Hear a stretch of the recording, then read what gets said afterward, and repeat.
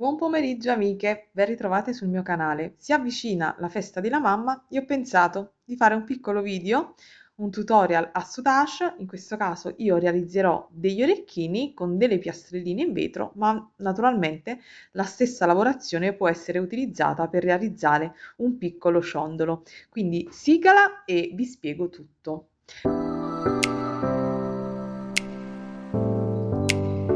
Allora, come vedete davanti a me ho dei cabochon quadrati, questi sono abbastanza piccoli, hanno una dimensione di circa 15 mm, quindi 1,5 mm, ma naturalmente più è grande la piastrellina, che potrebbe essere come in questo caso in vetro, ma potrebbe essere in pasta polimerica, in qualsiasi altro materiale che voi avete, l'importante è che abbia uno spessore non troppo grande da consentirci di poter rimanere quindi e di poter essere incastonato nel soutache. Quindi se lo spessore è molto grosso, comunque noi possiamo andare a cucire, però diciamo che la lavorazione, quando hanno uno spessore più sottile, i cabochon, resta comunque più armoniosa. Vedete qua davanti due colorazioni perché ho fatto di base, perché ho fatto un esperimento. In nessuno dei due casi ho utilizzato la Beading Foundation, che è tra virgolette la base di fondazione,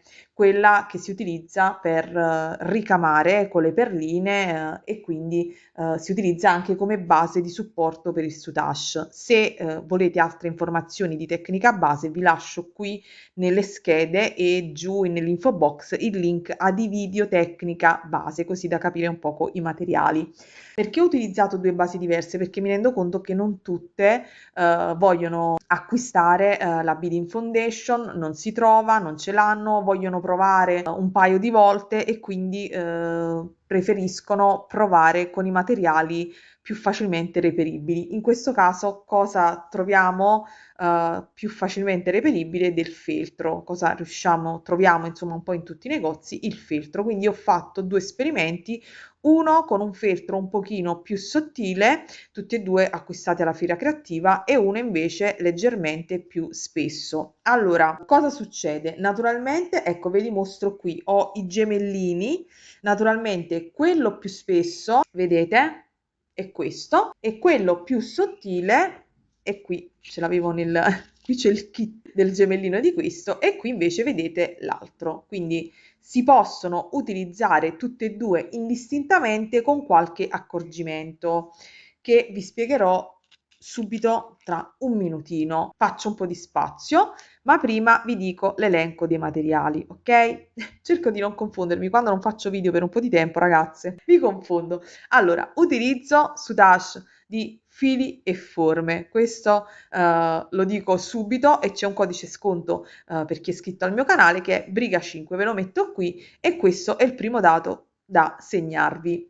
Altri materiali, in questo caso vi ho detto che utilizzo dei quadratini, questi quadratini deliziosi che sembrano delle ceramichette, ma esistono anche dei quadratini in vera e propria ceramica, ci possono essere dei bottoni quadrati, ci possono essere dei cabochon in pasta polimerica, quindi un elemento quadrato per avere questo effetto, se vi piace naturalmente, che è questo. Qua naturalmente ho giocato con altri colori, poi andrò a vedere la goccia da inserire, ma lo vedremo più avanti. Cabochon, piattine soutache. Di piattine soutache ne serve veramente una piccola quantità. Diciamo che per ogni orecchino, poi ve lo scrivo anche qui, per ogni orecchino ci vogliono all'incirca 32-35 centimetri di soutache, 16-17 centimetri di colore e 16-17 centimetri di un altro per ogni orecchino, quindi dovete avere in tutto una sessantina, una settantina di centimetri, 70, per fare un orecchino bicolor come ho fatto io. Naturalmente potete farlo anche monocolore, però bicolor a mio avviso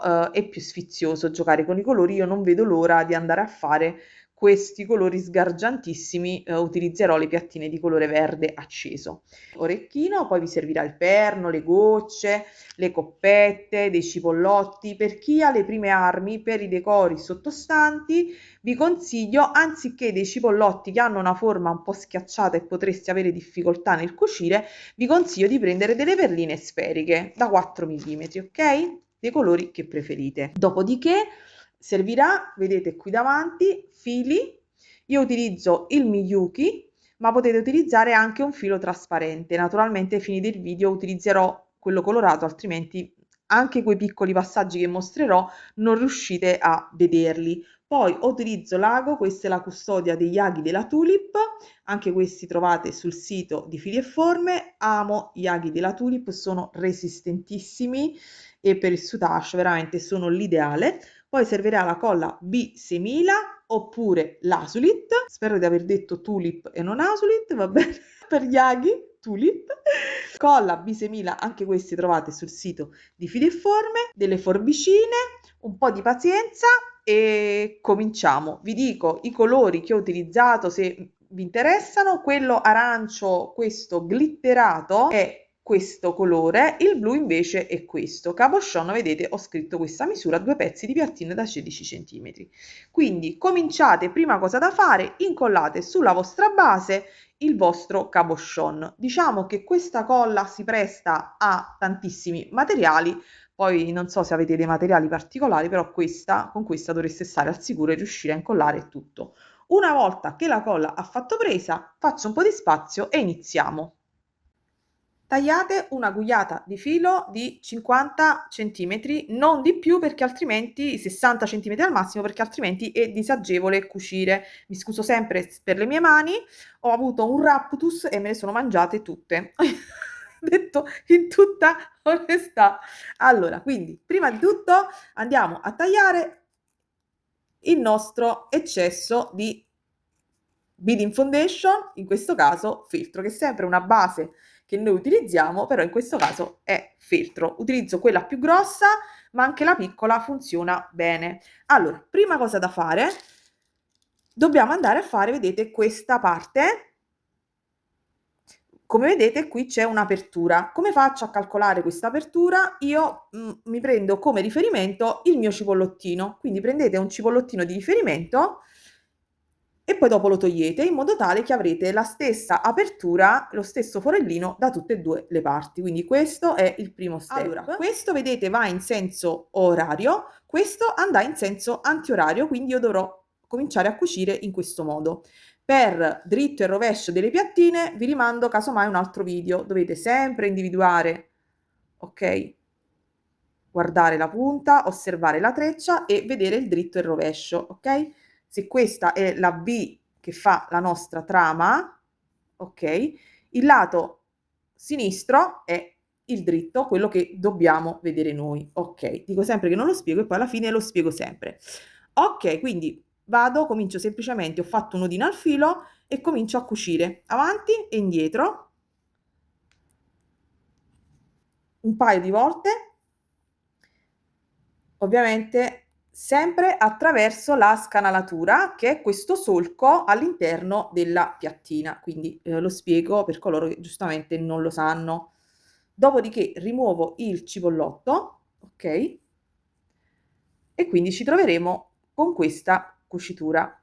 Taglio il filo iniziale, quello che precedeva il nodino, e vedete sono qui. Mentre cucite non vi perdete il dritto e il rovescio, in ogni caso recuperatelo, dopodiché accostatevi al cabochon, io sono qui, ed entrate all'interno del vostro feltro, che in questo caso è super facile perché è spessissimo, quindi non avete assolutamente difficoltà a cucire in questo caso. Mi raccomando, scusate, non tirate troppo perché rischiate di far scendere la piattina, quindi cercate di restare su. Se avete un feltro che è una via di mezzo tra questi due, questo vedete è 1, questo è secondo me 3, una via di mezzo tra i due è l'ideale.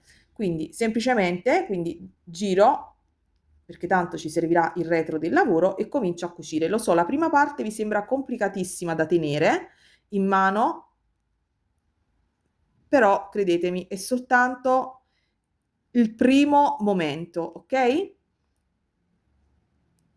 Dopodiché mi sposto in avanti e prendo tutte e due le piattine. Se avete difficoltà, potete anche do un puntino piccolissimo e ridiscendo.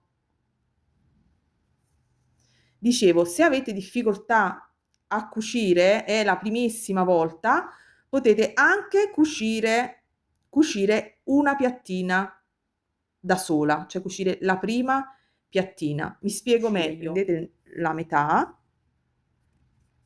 accostate in questo modo, lasciate un po' di spazio e cominciate solo a cucire una piattina tutto intorno, dopodiché andrete a cucire la seconda. Io naturalmente, per brevità di video, le cucio tutte e due insieme perché è più pratico. Ancora, se qualcuna di voi volesse utilizzare un pochino di colla per facilitarsi il lavoro, lo può fare, non c'è divieto assoluto, nessuno vi dirà mai nulla, però mi raccomando, qualche piccolo puntino proprio impercettibile, cioè deve essere proprio in questo modo, ve lo mostro, ok? Piccolo piccolo 1 e 2, che può aiutare le principianti, chi ha le prime armi, non sa tenere bene le piattine in mano. Questa è la quantità che dovete mettere, perché se mettete, come vedete in certi video, vai di colla siliconica, ragazze, dopo, vedete? E tenete un attimino, dopo non riuscirete a cucire. Avrete grosse difficoltà, quindi io vi sconsiglio vivamente di usare questo metodo. Vedete? Ecco, non ho interrotto la camera, vedete? Pochi secondi, feltro e soutache si sono, come dire, ha fatto leggermente prese e quindi voi riuscite a cucire la prima e la seconda piattina insieme. Ok, dopodiché allineate le due piattine e fate la stessa cosa. Il bello di fare i video, ecco qua, ho perso il mio filo. Fate puntini più piccoli all'esterno e puntini più grandi quando cucite all'interno, quindi all'interno vi potete spostare un pochino di più, all'esterno io in questo caso sto utilizzando oro, ci sono dei filamenti oro, non si vedrebbe, comunque è giusto dirvi che insomma non si deve vedere, anche se in realtà qui all'esterno dopo ci andrà un'altra piattina, però è meglio che vi abituate a questa cosa, perché poi da questo lato invece resta a vista e voi se cominciate a dare punti grandi poi vi distraete e quindi fate punti grandi dappertutto. Quindi insomma fate una piccola riflessione quando iniziate a lavorare, fatevi la domanda: qui i punti si vedono, non si vedono, posso farli più grandi, posso farli più piccini?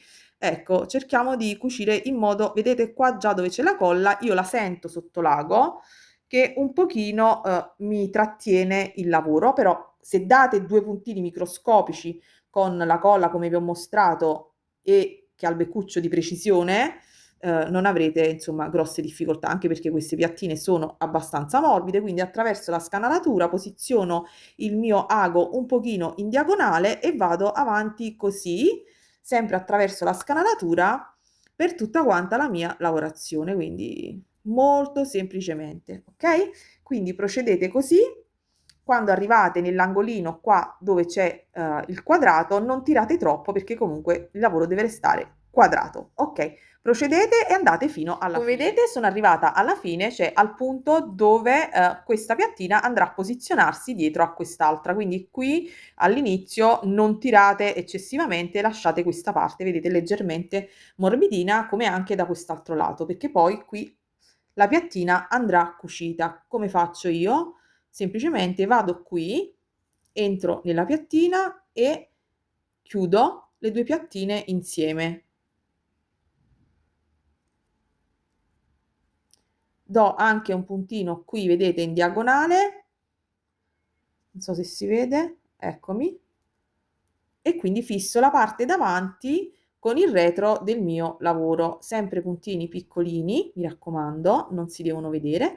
Dopodiché taglio la piattina su touch in eccesso e metto subito un pochino di colla, perché vedete che non ho tagliato tantissima piattina, metto subito la colla perché queste piattine, vedete, queste qua specialmente con questi effetti metallici, alcune si possono aprire e quindi quando uno le lavora tra le mani, quindi è preferibile andare subito a mettere un pochino di colla, così ci mettiamo in sicurezza che il nostro lavoro non si sfili, ok? Adesso dobbiamo andare a fare il secondo step, quindi andiamo a prendere l'altra piattina che io naturalmente già ho tagliato, ovviamente ve lo mostro, rientro nella base, ok? Un paio di volte fisso il mio filo, punzecchio la base, giro con il filo attorno al lago, tiro e ho fissato e ho chiuso il mio lavoro. Ok, adesso naturalmente vado con il blu e andrò a prendere il colore blu. Se non volete fare tutti questi cambi di colore, utilizzate il filo di nylon trasparente di misura adeguata alla cruna del lago che state utilizzando e avete risolto il problema, ok? Quindi io vado a prendere il blu. Naturalmente il filo oro, i fili che vi restano, teneteli da parte, possono sempre servire per cucire qualche decoro.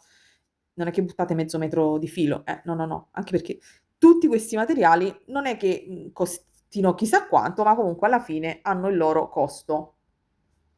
Allora, semplicemente adesso vado a vedere la mia piattina, sempre il dritto e il rovescio del lavoro, ce lo siamo già detti 50 volte, ok?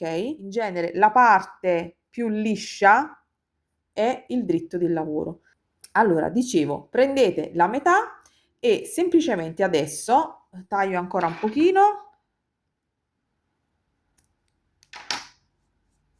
per avere per cucire in modo più semplice e adesso semplicemente qui vedete dove comincia tra virgolette la mia apertura, devo andare a cucire quest'altra piattina. Come ho detto prima, potete fare a metà, girare il retro e cominciare a cucire, ok, la prima metà se vi è più facile, oppure vi fissate i primi punti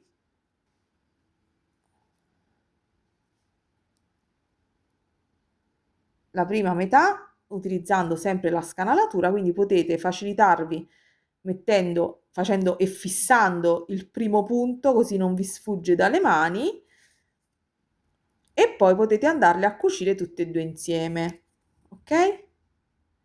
Girate il lavoro per verificare che non avete cucito anche sulla piattina arancione, piegate, quindi esercitate una leggera pressione qui e continuate a cucire. Quindi tutto è l'inizio un po' difficoltoso perché non si sa molto bene come mantenere queste piattine, però poi piano piano si acquisisce. Mi raccomando, sempre puntini piccoli all'esterno e puntini più grandi all'interno, cioè sulla nostra base. Quindi ho fissato e adesso velocemente procedo e cucio tutte e due insieme. Quindi accarezzo le mie piattine, me le sistemo perché non devono salire e scendere, ma devono stare a livello con quelle sottostanti. Spunzecchio le altre piattine arancioni, ne posso prendere tutte e due, una, come mi verrà più comodo e come vi verrà più semplice e semplicemente poi mi sposto in avanti, quindi in questo modo e proseguo così fino alla fine del giro. Quindi vedete con la mano sinistra tengo ferme, con la destra accarezzo, con la sinistra mi sposto e proseguo poi con la cucitura, sempre attraverso la scanalatura fino alla metà del mio lavoro, quindi fine qui, perché poi al centro dovrò andare a inserire il mio cipollotto o la mia perla. Ok, proseguite, ci vediamo tra un pochino. Una volta arrivati alla metà vi troverete in questo punto. Io ho cucito l'esterno, le mie due piattine. Arrivate alla metà, naturalmente fate più di un punto per fissare qui al centro, anche se il punto di cucitura è un po' più evidente, non ci importa perché tanto ci andrà la rondellina, il cipollottino come lo vogliamo chiamare, e poi ci andrà anche il soutache superiormente. Quindi questo è il risultato. Va bene, questo si è un poco stropicciato. Qui andiamo poi a tagliare questo eccesso. E adesso che facciamo? Quindi dopo aver fissato, vedete in questo punto qui, io riesco nuovamente, vedete? Rispettate insomma la simmetria, la diagonale del nostro quadrato. Semplicemente vado a prendere il mio cipollottino, rondellina, per chi ha le prime armi, consiglio di utilizzare naturalmente una perla che ha le due dimensioni uguali. Il cipollotto, vedete, è una parte più sottile, una parte più cicciottella e potrebbe spostarsi durante questa operazione e quindi è meglio una perla. Io utilizzo il cipollotto, il criterio è lo stesso, quindi infiliamo il nostro cipollotto, io lo faccio con 2 piattine insieme, voi potete farla con una piattina per volta. Vedete, tengo proprio così in questo modo, fermo, il filo ce l'ho qui sul davanti e vado dritta nelle 2 piattine, sempre attraverso la scanalatura. Io col telefonino davanti per riprendere non so come stia venendo, ok, penso di averlo centrato, tengo e ridiscendo, quindi tengo ferma, ridiscendo attraverso le piattine, attraverso il cipollotto e attraverso le piattine qui di base. Mantenete sempre, ecco, non fate muovere le piattine durante la lavorazione e riportatele in basso delicatamente senza tirare troppo, vedete, e poi vi girate le piattine.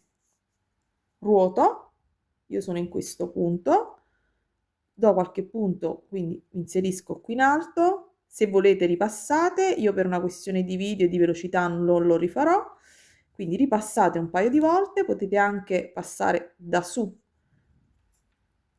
tutte e 2 le piattine e vedete che il nostro elemento esterno è stato fissato. Una volta fatto questo, non ci resta che passare un altro paio di volte, fissare questo decoro alla parte davanti, quindi mi infilo in questo modo attraverso la scanalatura. Siate sempre molto delicate in questi passaggi, individuate sempre la scanalatura e mantenete, per evitare che si spostino. Potete anche cucire in questo modo, passando, se siete brave, attraverso lo spazio che c'è tra le 2 piattine. Non so se si vede, purtroppo le piattine sono abbastanza scure, quindi passare attraverso, o potete addirittura passare in questo modo, vedete? E fermate anche qui.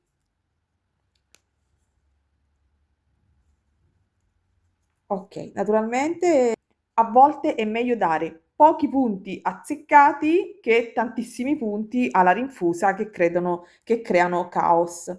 Ok, poi una volta che abbiamo fatto questa operazione, solito nodino, taglio e vado a decidere come organizzare i decori, il gancio e la parte finale del mio lavoro. Quindi ripulite tutto quanto l'elemento dove ci sono dei peletti, delle cuciture che non si devono vedere, insomma sistemate ben benino il vostro lavoro. Ok? Adesso vado e decido come montarlo, se posso farlo disegual e quindi se farli per esempio in questo modo disegual e quindi montarne uno in un senso o uno in un altro, oppure se mettere le gocce in basso e il perno su, oppure il contrario, quindi agganciarmi con l'anellino qui direttamente nell'asola e mettere la goccia. Sinceramente mi piace più questa versione per il contrasto blu, queste gocce bellissime, mi piace di più, ecco, che ci sia lo stacco anziché arancio arancio, blu blu, preferisco questa alternanza di colori, poi vabbè voi deciderete. Quindi semplicemente procedo e naturalmente per il montaggio, per mettere il perno, serviranno anellini e pinzette.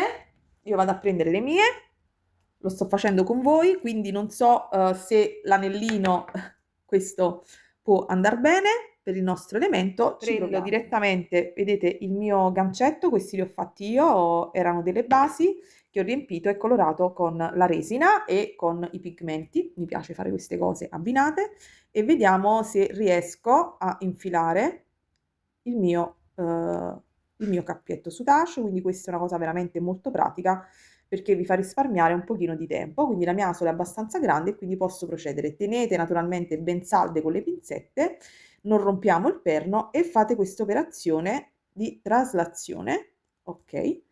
E schiacciate e diciamo che l'orecchino è andato insomma nella nostra asola. E quindi punto primo. Adesso la goccia dobbiamo necessariamente cucire, quindi andiamo a riprendere il nostro filo, faccio un nodino. Prendo una piccolissima rocaille di questo colore azzurro per non attaccare proprio direttamente la goccia all'elemento soutache, cerco sempre di mettere un qualche cosa, quindi ho fatto il nodino, vedete, qui ci sono le mie coppettine e vado naturalmente al centro, quindi spunto con l'ago al centro, faccio un primo passaggio senza inserire nulla, ok? Vado solo a fissare bene il mio filo al soutache, rispunto al centro, vado a inserire una mia rocaille, vado a inserire la prima coppetta, goccia, metto un'altra goccia e adesso dovrei mettere una rocaille come stopping beads, quindi per stoppare dove mi ero fermata. Comunque scendete attraverso tutte quante le perline, sono entrata qui, ho infilato tutti questi elementi, perlina, coppetta, goccia, coppetta, la mia stopping bead che io ho deciso è questa 11.0 di colore azzurro turchese, dopodiché rientro nuovamente dappertutto, quindi ho fatto questa operazione più volte, sistemo bene la mia perlina ed entro nuovamente nel soutache in questo modo. Posso a questo punto entrare per fissare ulteriormente anche nel cipollotto e nella lavorazione. In automatico andrà ad individuare il feltro qui dietro e un po' di soutache e praticamente il nostro, questo che è un pezzetto di filo, il nostro orecchino è finito. Naturalmente manca il retro. Non so se questo sistema mi piace, comunque sappiate che potete mettere anellino e monachella, questo è l'ultimo dei problemi. Dopodiché, una volta che abbiamo fatto questo, dobbiamo fissare per bene il nostro filo che sorregge la goccia, quindi diamo un bel po' di punti, dopodiché io vado proprio sotto e il gioco è fatto. Sposto un pochino, punto il soutache qui, ho la base di feltro, come facciamo sempre, col filo giro un paio di volte intorno al mio ago, tiro e si farà in automatico un nodino. Quindi spero di aver ripreso tutto. Vado a tagliare questo soutache naturalmente in eccesso che non ci serve, non tagliate i punti di cucitura, mi raccomando. Questo era un po' del filo di partenza del nodino. Quindi ripulite e sistemate tutto. Dai, è carina questa azzurra, crea un po' di tocchi di colore. Naturalmente, se volete, se vi piace come idea, potreste andare a decorare, per esempio, con dei cipollotti o delle rocaille proprio come questa, come queste, anche tutto quanto il contorno. Voi lo sapete che io ci sono momenti in cui, cioè, posizionarli per esempio tutti così, ok? E quindi andare a decorare tutto l'orecchino. Voi sapete che ci sono momenti in cui mi piace restare più sul semplice, che la maggior parte delle volte, e momenti in cui mi piace elaborare, però è giusto per darvi un'idea. Ok, io vi mostro velocemente il retro. Il retro non farò una mascherina, non farò nessun lavoro particolare, semplicemente applicherò tipo un patch, quindi taglierò un pezzo, lo vedrete velocizzato, di Ultra Suede o di Alcantara, insomma io utilizzo dell'Ultra Suede o delle copelle, eh, quello che ho, insomma, vado a vedere quello che mi aggrada di più come colorazione e semplicemente lo incollo con la colla o la bisemila oppure l'Asulit. Utilizzerò probabilmente la bisemila. Ok, vi lascio al video velocizzato, ci vediamo per i saluti e non ve ne andate, aspettate a fine video che vi dirò poi cosa vi aspetterà nel prossimo video. Se non l'avete ancora fatto, iscrivetevi al canale, cliccate sulla campanella per non perdervi tutte le notifiche dei prossimi video. Mi raccomando, like, hype e commentino e ditemi qual è la versione di quello dell'orecchino che vi piace di più. Allora, avevo acquistato ad una fiera questo tessuto che non ho mai provato, lo testo con voi oggi, spero di non pentirmi di questa cosa, guardate com'è bello, molto sottile, ha questo effetto pelle da un lato e dall'altro lato, vedete, è tinta unita. Io penso che utilizzerò questo, voi che dite? Ci sta? Va bene, quindi semplicemente vado così e taglio un pezzettino, quello che mi serve insomma per rivestire. È un orecchino abbastanza piccino, quindi vado e taglio grossolanamente un pezzetto, poi prendo la colla a bisemila col beccuccio di precisione e vado al centro, naturalmente sull'esterno non ne metto tantissima perché non voglio che strasbordi, tanto eventualmente qualche piccolo ritocco lo posso fare dopo con la colla che ha il beccuccio di precisione. Quindi appoggio, poi vedete il mio elemento e semplicemente poi con delle belle forbicine affilate sia a punta conica che a punta tonda vado a ritagliare il tutto. Procedo quindi alternando le due forbicine a seconda del punto in cui mi trovo. Mi scuso se sono un po' fuori camera, ma penso che sia abbastanza intuibile quello che sto facendo. Sto semplicemente tagliando con le forbicine la parte che sporge. Comincio a tagliare sul davanti, poi mi girerò il lavoro, vedete, sul retro e continuerò a rifilare.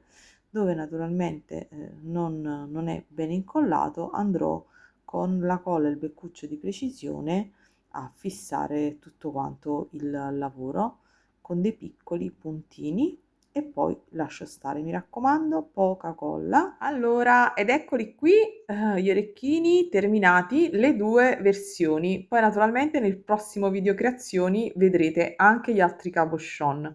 Allora, qui ho terminato, vedete questo è il retro. Probabilmente dovrò ancora rifilare un pochino per quelli che sono i miei gusti, però diciamo che l'effetto finale è questo, come vedete molto delizioso. L'altro è più fresco, sono andata sul minimal, vedete ho messo questa monachella particolare rotonda e ho messo qui questo pendente, questo elemento in vetro blu perché mi piaceva veramente molto. Nulla toglie che potete mettere delle monachelle a lacrima con degli anellini, insomma potete veramente divertirvi e spaziare, decidere di invertirli. Naturalmente potrebbe essere anche un elemento per realizzare un anello, ci può stare, ma potrebbe essere anche un elemento per un bracciale, vedete? Mettendo anche con il filo elastico o con del filato ad uncinetto e fare un bracciale o addirittura accostare i due elementi e realizzare colliero. Poi sul mio canale trovate tanti piccoli modulini facili da poter poi assemblare. Cercherò di mettervi delle foto degli orecchini indossati, ditemi quale delle due versioni è quello che vi piace di più. Lo so, questa è parecchio strana, questa è più in comfort zone, questa è orange juice, come lo vogliamo chiamare, versione orange e versione yellow, perché c'è questo bel giallo centrale. Ditemi nei commenti naturalmente qual è il vostro preferito. Vi abbraccio tutte ed auguro come sempre a tutte buona creatività. Eccomi qua. Proviamo a mostrare gli orecchini indossati. Ecco qua. Questo è il primo. Carinissimo. E questo è il secondo. Non ho il pernetto dietro, non ho preso la farfallina, però questo è l'indosso. Che dite? Mi piacciono? Ditemi il vostro preferito.